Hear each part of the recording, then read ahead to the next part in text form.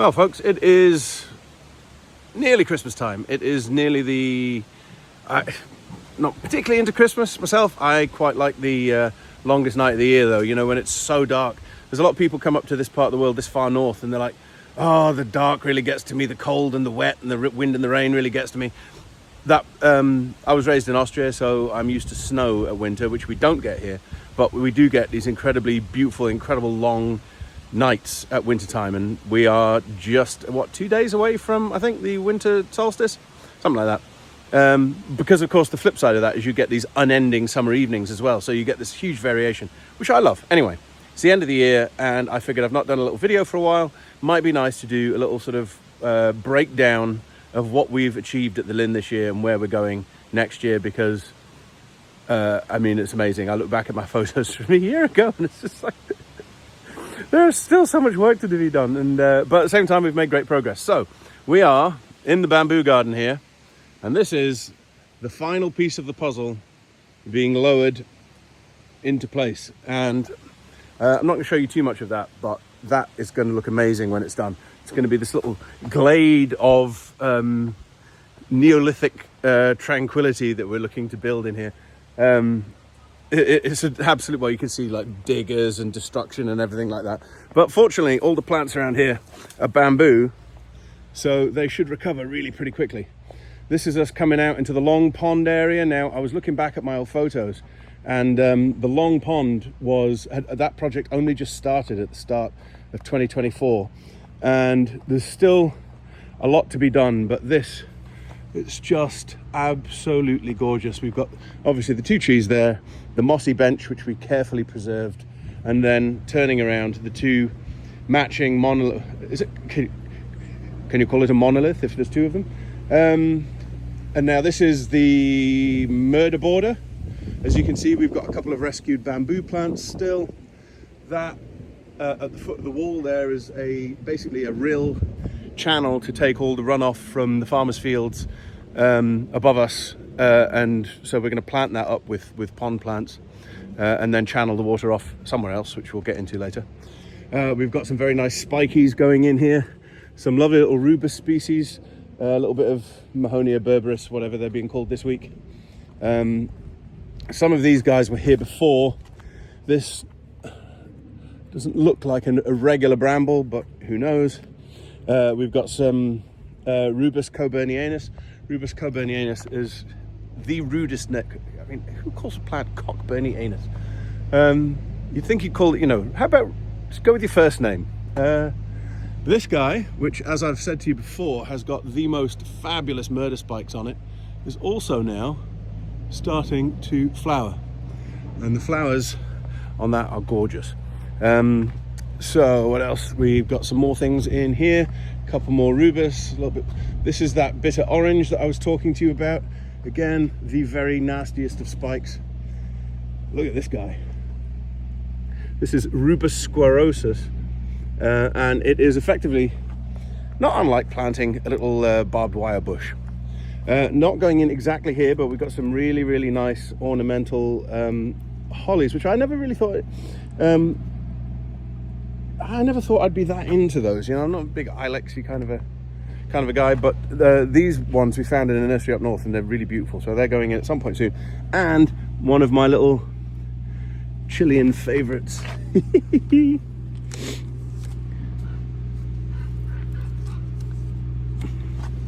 Right, I'm trying to find some spikes for you, but this guy is called Rhaphithamnus spinosus, and the spinosus is, well, it means exactly what you expect. Whole bunch of ferns to go into the bamboo garden. Now, I've never showed you much of this before, but this is the back of the house at the Linn. You see the house through there, you see the house through there. This whole area now has got a temporary surface down, and this is where we're going to be rebuilding the vinery in the new year. So we've got designs, we haven't settled on anything yet, but we're rebuilding the vinery. We're going to put a whole formal garden up here. That's a propagation bed which we're digging out. These are Jim Taggart's roadies, effectively. And as you can see, we've already dug out a whole bunch of them, and we've basically planted them in the farmer's field behind the wall here, which they gave us permission to do. they're actually really nice, the farmers behind us, thank goodness, because if they weren't, that would have been a tricky relationship. But as you can see, we've got some of these guys have been in that prop bed for so long. Look at the size of them. But they've come out fairly well, and it looks like we'll be able to preserve those and use them to replant areas of the garden that need quite a lot of work next year. But yeah, I mean, look, look behind me. I mean, this looks like a Tesco car park at the moment, but this is just so we can get vehicles in and out. This isn't going to last very long. But ultimately, this bit up here is all going to be the formal gardens. That bit up there is my office, actually. And then here behind me, this is going to be the rebuilt vinery. I'm going to try and sneak past the horticultural staff, because if I put them on videos, they will swear at me, and I don't want to upset them. That's Poppy and Hannah planting bulbs. Nice thing about bulbs, obviously, is no matter how unfinished everything is, you get this massive wash of colour in the spring, hopefully. But again, this all looks like mud, but you can see we've got the cobble borders in, and we're just going to let this regrow with grass. And then here we have this whole terrace. Now, I look back at my pictures, and this terrace had just been scraped at this time last year. So we just had, I think I did a video, didn't I, where I showed you, like, we marked it out with bits of red string to show what we intended to do here. Well, it's all more or less been done. We've got our agapanthus in here, which the deer love, which is a nightmare. We have some bulbs starting to emerge, and that low winter sun is just sort of skimming the New Zealand alpine lawn, which the New Zealand alpine lawn doesn't look too different, because we tried not to make it look too different, but we've actually put quite a lot in here just to sort of thin it out, to do the opposite of thinning it out, just to sort of fill it in a little bit. We've got some Pseudopanax ferox, which are very, very cool. A couple of Nymphophea, just to put some flowering stuff in here. Jim's Selmisia are still very much in evidence. We've built up some of these little rockeries just to give it a little bit of, I don't know, just topography, I suppose. And you can see here, trying to look, yeah, that looks amazing in the sunlight, sorry. But this is a very, very recent development. Is just here this is the spiky bed on my right. Just here, this path used to absolutely just turn into a mud bath as soon as it rains. So we have paved it. Now, obviously, paving something doesn't mean that the water magically disappears. So we will have to figure out if this is helping. I mean, if the water just sort of runs off into the garden down there, that's not really a problem. But we've put this really nice cobble path down, and we'll see. This here is going to be full of grasses, so we're going to soften all of this off with some grass, which we might take out the spiky bed, because I think we slightly overdid it with putting grass in the spiky bed. And now, there you go, you can see the terrace. Carnivorous bog, which I won't point at this time because I always point at that. This whole curved terrace has been renovated. Not quite finished, obviously, but we've got some really nice shrubs, some really good, just big piles of rock. Grevillea going in there because I really like that. And we're going to get into sort of a collection of dwarf conifers here. And then here is the front of the house, which I have just circled. We're still waiting on this bit being finished. We thought we'd more or less finished the house, and it turns out we're going to have to rebuild half of it. So, right. So this is another piece of work, which is, again, I look back. One of the things about that house, which I didn't quite realise when I bought it, is that it was not connected properly to main sewage. The electrical cable was buried about 20 centimetres below the driveway, which we discovered when we nearly went through it with a spade. The water main wasn't adequate, and there was no central heating. So what we had to do was, up this driveway, we had to dig an up to 3.5-4 metre deep trench to install all modern utilities. Now, this is now a beautiful tarmac driveway. It looks a little bit stark, but that's because, as you can see, the boys have only just been up here and scraped away the last of the building detritus and just put in a little bit of soil around the edges so that we can start to see this sort of bit recover and just soften it all off a bit. This stuff looks dead. I guarantee you it is not. This is Himalayan knotweed, which is a deliberate part of the collection planted by the Taggarts. I did an essay on this for my course at RBG, and it basically said that Himalayan knotweed more or or less as much as Japanese knotweed is considered an absolute nightmare in every continent it's ever made its way to. But look at this driveway. Oh, fabulous. And just this little bit of... See, these little bits of cobbled edging are actually a huge deal, I think, in terms of tidying up around here, because there was never a proper edge to this, and it just led to everything kind of looking scruffy. And, you know, obviously it looks a little bit too neat at the moment, but that won't last long. Like, things around here grow so fast. This is where a big old tree came down, and of course you look at that and you think, what can we plant there? We've got some interesting stuff down here, actually. This is another one of these spots that just gets absolutely soaking wet all the time. So we've got Amelanchier lamarckii in here, which has been very, very happy. That doesn't mind the wet. We've got Taxodium disticum, which really doesn't mind the wet. The only issue is it's very, very heavy clay here, which it may be a bit less happy with. But this is one of those questions, like, this is the driveway. This is a mud bath. Now, as you can see, we've got some ferns down here. There's some Paris growing in here somewhere. We've also got some primula species here, and they've done quite well. And in a spot like that, I kind of get the impression once a plant tells you it's happy there, until you have a better idea anyway, we're just going to get 20, 30 of these sort of wet-loving primula species. They're already happy there. We know they're happy there. Just pop them in and let them colonize the space, because, you know, like I said, until you have a better idea, it's a very, very difficult spot to plant. Right. This is the bit where this is the next major piece of engineering work. So, as you can see, most of the civil engineering, earth moving up the driveway and to the left of the driveway is kind of sorted. Now, I've taken you down to the waterfall before, and it's been pouring down with rain recently, so the waterfall is waterfalling.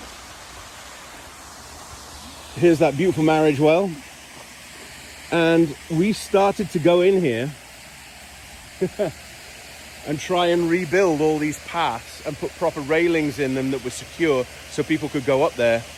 And it turns out they're supported by really nothing more than mud, a thin wall of piled stones, and held together with an ivy that was crumbling. So under no circumstances fit for human transportation. So we started to dig, and we just, like, it just kept coming. So we're going to put some gabion baskets in there, which are those, you know, those big wire baskets full of stones that are quite good for providing structure. You won't see them, they'll be buried. And we're going to create sort of 2 or 3 terraces down, and that will give us something to plant on. And then you'll be able to walk all the way up and then up and along the burn. And the major engineering project for the guys doing this job next year is going to be the paths at the side of the burn, because if we can get the paths at the side of the burn done, we can open up a whole other half of the garden, which we've just not been able to open to people since we bought the place. And we now bought the place at something in the region of 4 or 5 years ago. I have found the only traffic jam. I mean, this is one of the other things. Like, we've got this beautiful driveway done, and we're still going to have construction traffic going up and down to absolutely destroy it. So, along with the vinery, we've also, our garage collapsed. Basically, it was an old wooden garage. Leaf falls just kept landing on the roof. Because there was ivy on the roof, it didn't slide off. Heavier and heavier, and eventually it just collapsed. Now, this is the latest addition to the fleet. This is Florence. She is a Peugeot 505 GTI. But this space here, behind Florence, is where we're building a garage. And that, as again, is in the process of being designed. We have a design that we like. So we now have to start putting in, so the garage is going to be there. We're going to put in a toilet that members of the public can actually use, because we don't really have that before. Behind there, you can see the cottage. We're going to complete that fence down to here. It will join up with this fence, which we are about to paint dark green so that it looks a bit nicer. And also, this is part of fixing up the driveway. We've now, there's our gas tank for central heating. But we've again finished off all these edges, and these are now beds, because Well, it's one of the weird things. Like, this is a botanic garden. People walk up the driveway and they keep walking past the front gate, which is just there. And even when we block the whole thing off and point an arrow at the front gate, people still climb over the barriers in order to deliberately walk past the front gate because they're so determined that I have no idea. Like, there is nothing that you can do that members of the public aren't prepared to misunderstand one way or another. So we've got Jim's old Linn Botanic Gardens arrow sign, which we're going to put back up as well. But what we've got now around here is beds. So once a proper gate goes in there, once the fence gets painted, this is our neighbour's parking space, which members of the public, please do not ever park in, because we've annoyed them enough as it is with driving diggers up and down here constantly for 4 years. So I think, so we've got, bed here, these beds here, and these kinds of beds, I think we are going to go, flouncy as possible. I think we're going to really go for it, and we're going to plant as much flowery, not flamboyant, but just, we've got to communicate the fact that this is somewhere special. We've got lots of cool, weird stuff in here. Because it's easy to come and nick stuff, we don't want anything too special, because apparently theft from Botanic Gardens is a serious issue. Which kind of blows my mind in a way. You've got to think, like, who the hell is going to Botanic Gardens to rob things? But people do, apparently. So just lots of nice flamboyant leafy stuff here, just to soften off this brand new expanse of institutional tarmac. Make it as clear as we can that that's the front part of the garden, that here you are, here's a collection of fabulous things. It's got to look like a garden, hasn't it? Whereas at the moment, it looks like you've wandered up the wrong side road and you've got yourself lost. So in the new year, we'll see how the terraces come up the top. We'll get that huge stone that I was looking at in the bamboo garden. We'll get those ferns planted around. So the bamboo garden and the long pond are getting there. The front terrace is really nearly done, and once those bulbs decide to come up or not come up, we'll see what it looks like, and then you can start to see where the gaps are and what gaps you need to put in.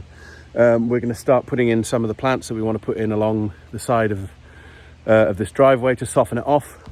Our next door neighbour, if you just look down the road on the right hand side, his late wife planted an absolute ton of daffodils down that side of the road, and he was a little bit concerned that when we started doing this that we'd harm that, which we obviously did not want to do. So we have gone out of our way to make sure that that bed has been preserved, and we've topped up the daffodils, and we've put an absolute ton on the other side as well. So in spring, that should be Daffodil Avenue, which is going to be amazing. And we're going to start building an actual proper place for our staff to work, to a place for a public toilet down here, somewhere we can store. I mean, look, that just looks dreadful, doesn't it? Proper garage, proper vinery. Let's see what everything that we've done so far looks like when it comes up in the spring. And the civil engineering guys, the groundworks guys, are going to get absolutely fired into the paths along the side of the burn. And then in July, we will open. Now, we'll have to have a lot of places roped off, I think. Because obviously the side of the burn, the right-hand side of the burn, the side of the burn, the right-hand side of the driveway, will still not be done. So we won't really be able to open that just yet. But this whole side of the garden here that we have been opening down by the lower ponds, the cottage, and up into the upper woodland and New Zealand alpine lawn should, in theory, be looking absolutely amazing.